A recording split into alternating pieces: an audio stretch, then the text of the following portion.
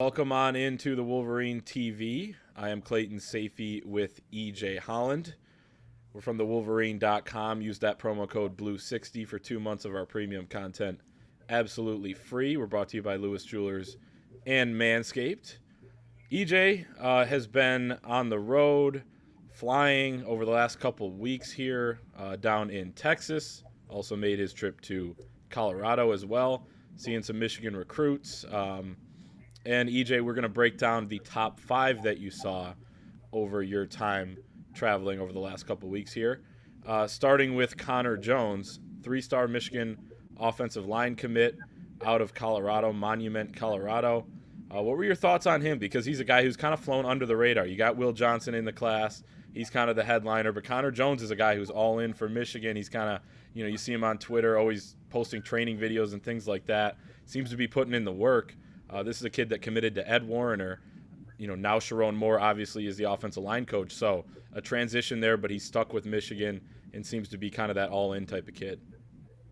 Yeah, so he actually grew up a Michigan fan. His dad's originally from Ohio, so it's always been Michigan as the school that he really wanted to go to. And when he got that offer, it didn't take him too long to make a commitment. Obviously, there have been a lot of changes, as you mentioned. Ed Warner was his primary recruiter, now Sharon Moore, but I think it speaks volumes that Sharon Moore wanted to keep him. He said, "We want you in this class. I really like what you bring to the table." And Jones is completely locked in. He will be making his official visit on June 18th. As far as him as a prospect, I mean, a really intriguing kid. He's about 6'6", 6'7", 285, 290 pounds right now. Things that were really positive about him. I got a chance to see him at the showcase football camp. Things that stood out about him at the event were, one, obviously his height and his really long arms. He did a really nice job in pass sets, keeping edge rushers at bay and one-on-ones and specific position drills. But the thing that really caught my attention, and you see some of it on film, is his willingness to be physical. And that's the thing with Colorado offensive linemen, and why Ed Warner was really enamored with them, is because they play such a physical brand of football in the box state. And Connor showed that at the camp, serving up a couple of pancakes. He was the top dog for both offensive linemen and defensive linemen in the competition drills, where he was able to match up one-on-one with a defensive lineman, and it was just best man wins, who can drive who to the ground. And Connor was the winner of that. So he's physical, he's tall, he's long. With him, it's just about shaping up his body. I think he's a guy that can cut down some baby fat and then build up with a lot of muscle. And you could see him looking kind of like a man child with that frame, with that height, with that length. He already has the willingness to be physical, but I think he can continue to add strength in the weight room. Something you won't have to worry too much about with Connor is the technique's already there. He worked with Matt McChesney, former NFL player, and so his technique's great. His kick step, his hand placement, his feet, everything, checks the boxes as far as where he should be. And then just a really good kid too. Good student in the classroom, great leader, was pushing some of the underclassmen at the camp. And so I think Connor is one of those guys that, like you said, is flying under the radar in this class, but is an important piece to this class. Remember, he is the only offensive line commit in 2022. Yeah, and he feels like that just typical Ed Warner guy that, he's going to have to, possibly shape up his body and get in better shape and all that, just like most offensive linemen coming in to a defense or to a Division I program. But, Ed Warner has a track record of being able to, find those guys, and he found this guy, and Sharon Moore, sure enough, likes him enough to, keep him in this class. Tristan Bounds is a guy from last cycle that was under the radar at first, got bumped up to a 4-star, but, ended up being that guy where people were like, oh, wow, nice find there by Michigan. He's more of a guy that needs to bulk up and, started to do that last year, when you went out and saw him and things like that. But Connor Jones, kind of similar, I'd say, in that way. So good to hear that he is, locked in and, working hard out there. I think you can see that if you follow him on social media as well, just how locked in that he is. The next guy, Joseph Adadir, a 3-star strong side defensive end out of Arlington, Texas. So this was part of your swing through your home state. He is 6'2", 245 right now. What did you see out of him? Yeah, so Joseph, starting off with his recruitment. Well, first of all, look, Michigan's going to continue to recruit the state of Texas despite the departure of Mo Linguist. Obviously, Linguist gave them that tie in the Dallas area specifically and throughout the Lone Star State. But now that Linguist is gone, I mean, it hasn't really changed. Michigan feels like it can pull a couple of kids from Texas every cycle, just like it did last cycle with Tavier Dunlap and Ike Iwona. And Joseph Adadir is one of the top targets on the edge rusher board overall. He will be coming in for an official visit on June 18th, and new defensive analyst Ryan Osborne, who's actually taken the lead with recruiting edge rushers in general, as opposed to Sean Nua. Osborne, despite not being an on-the-field coach, is really leading the way there, and he's made a big impression on Joseph Adadir. He's a high academic kid with a strong Nigerian background. His mother really, really likes what Michigan can offer on the academic side. Like I said, he likes Michigan enough to be making an official visit. He just got a big offer from LSU. Obviously, that's a top program down south. But again, he's just really intrigued with the idea of leaving the region, of going to a great academic school with a lot of tradition. As far as him as a player, like I mentioned, he's at the top, or one of the top guys on the edge rusher board. He is a little different in that he's not that super lean, long guy coming off the edge. He's more compact at 6'2", 245. But, he's a prospect that's just so intriguing because he's such a productive player at the high school level, led Mansfield Summit on a deep run in the Texas high school football playoffs at a very high classification. And he just has a nonstop motor. He can play that wide 9. He can play the 5. He can, depending on how much weight he adds and how his body grows, he can also, play the 3 too. So he brings a lot of versatility to the table. So right now, as he is, Michigan likes him as an edge rusher. And I think, he hasn't really blown up because he doesn't have that height that people are looking for off the edge. He's not overly long either. But man, he just has a nonstop motor. He's strong, he's violent, and he's versatile. And that's why Michigan really, really likes him. I think versatility is going to be a key factor going forward with this new defense under Mike McDonald, because they're going to be multiple. They're going to move guys around. There's 3 down offense or defensive linemen now and stand-up edge rushers. So there's lots of different things that guys can do. So that's interesting with Joseph Adadir there. We want to remind everyone that support for this show is brought to you by Manscaped, which is the best in men's below-the-waist grooming. Manscaped offers premium engineered tools for your family jewels. They obsess over their technology developments to provide you the best tools for your grooming experience.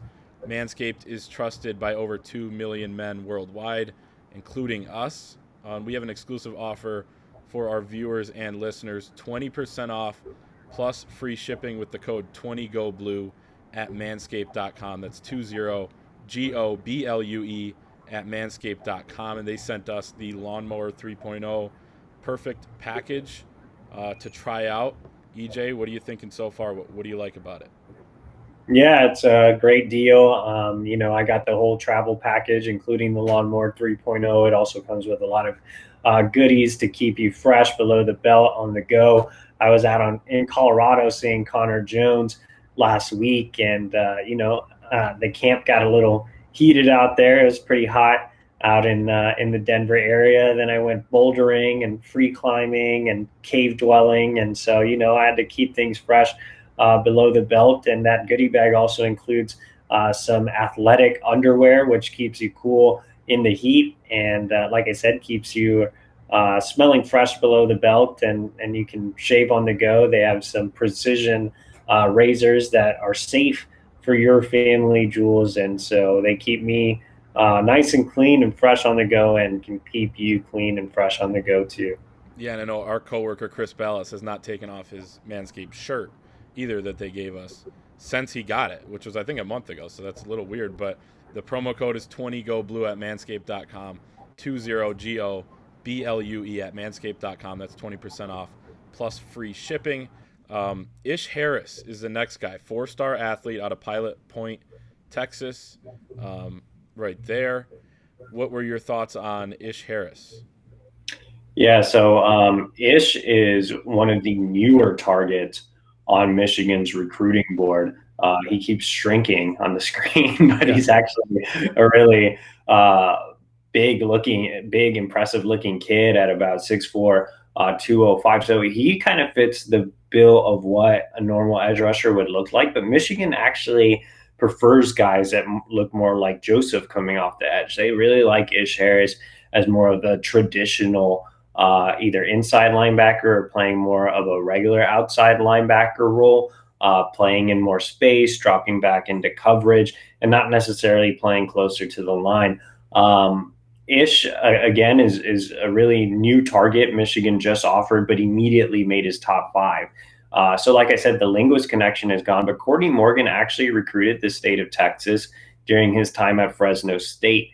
And Ish plays at a very, very small school in Texas, north of Dallas. And Courtney identified him pretty early on and developed a relationship with him. And once Courtney got to Michigan, Ish was one of the first recruits he called, got an offer out, and immediately made his final 5.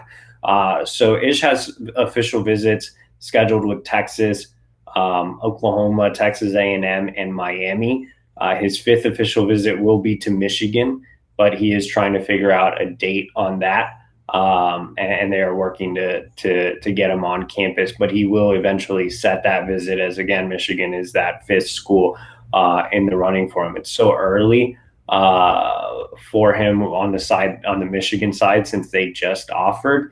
But he really likes the program. He really likes Courtney Morgan. He's slowly developing a great relationship with linebackers coach George Hilo. And again, just as far as his game, they like him in more of a traditional linebacker role. Another super versatile player. Like I said, he plays at a really small level in Texas. So he's a throwback 2-way player at the high school level, also plays some running back. And I think his best days are ahead of him. He's just kind of that athlete out there trying to find a position, but Michigan, again, really likes him in that linebacker role. It's kind of funny when Courtney Morgan was hired, we kept hearing, well, this is a elite, relationship builder, and he's got relationships not only in the West, but all across the country. And then now you're seeing that, come to fruition, not necessarily in a commitment yet, but in terms of a certain recruitment, a kid that maybe Michigan is early on, but you said, he has that existing relationship with Courtney Morgan. Anthony James is the next guy. Texas A&M commit, strong side defensive end, a 4-star out of Wiley, Texas. Michigan, recently offered, said it was special for him to get that offer. What were your thoughts on Michigan going after a Texas A&M commit?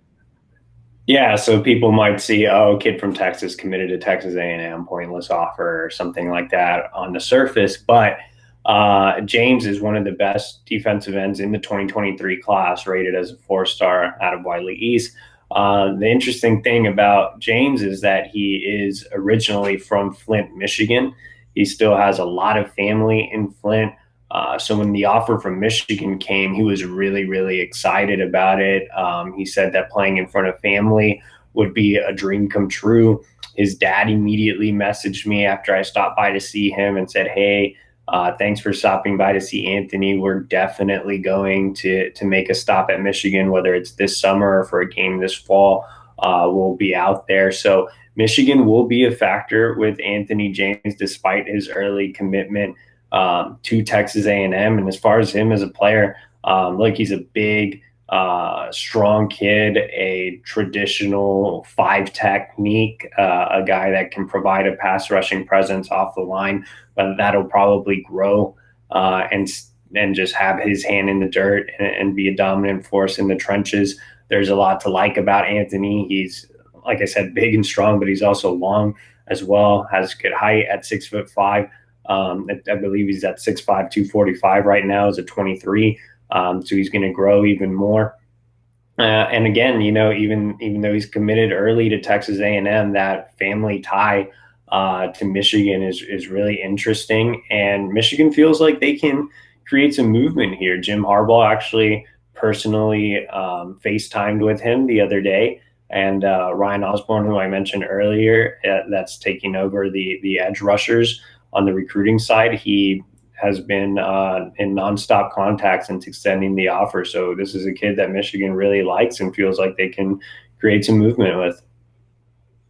Trey Wilson is the last guy here on this list, unranked in the class of 2023, weak side defensive end, 6'3", 230 pounds, out of Garland, Texas, Lakeview Centennial, same high school as Ike Iwuna, 2021 signee who Michigan was able to grab late, flip him from Colorado.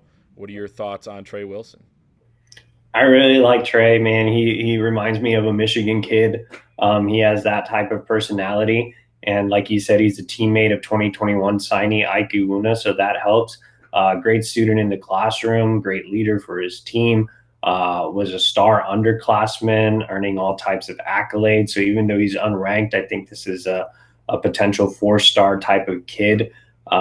He also brings versatility to the defensive line. Michigan's recruiting him as an edge rusher, but he can also be more of a hand in the dirt guy, more of a traditional 5 if he continues to add weight. He is set to visit Michigan unofficially on June 8th. I feel like Michigan is one of maybe his top 3 schools early on. Like I said, he fits the personality type of a Michigan kid. I think Oklahoma State might have the early edge just because of familiarity with him being a Texas kid, him, having been there in the past. But I feel like once he gets his first look at Michigan, the Wolverines could easily jump into the pole position. His high school coaches really, really like Michigan as well. His recruiting coordinator made a visit out to Michigan before the dead period, actually with 5-star running back Kamar Wheaton, not with Ike Iwuna. And so there's a lot of familiarity there just through his high school coaches. And Trey's definitely a prospect that Michigan could pull. He is a name to file away in the 2023 class because he could become a really key target for the Wolverines next cycle. There you have it. Some intriguing names, some guys to know, all 5 of them from your trip, not only out to Texas, but also to see Connor Jones out in Colorado. That is our show for this time. Check us out at thewolverine.com. Again, that promo code is BLUE60 for 2 months of our premium content absolutely free.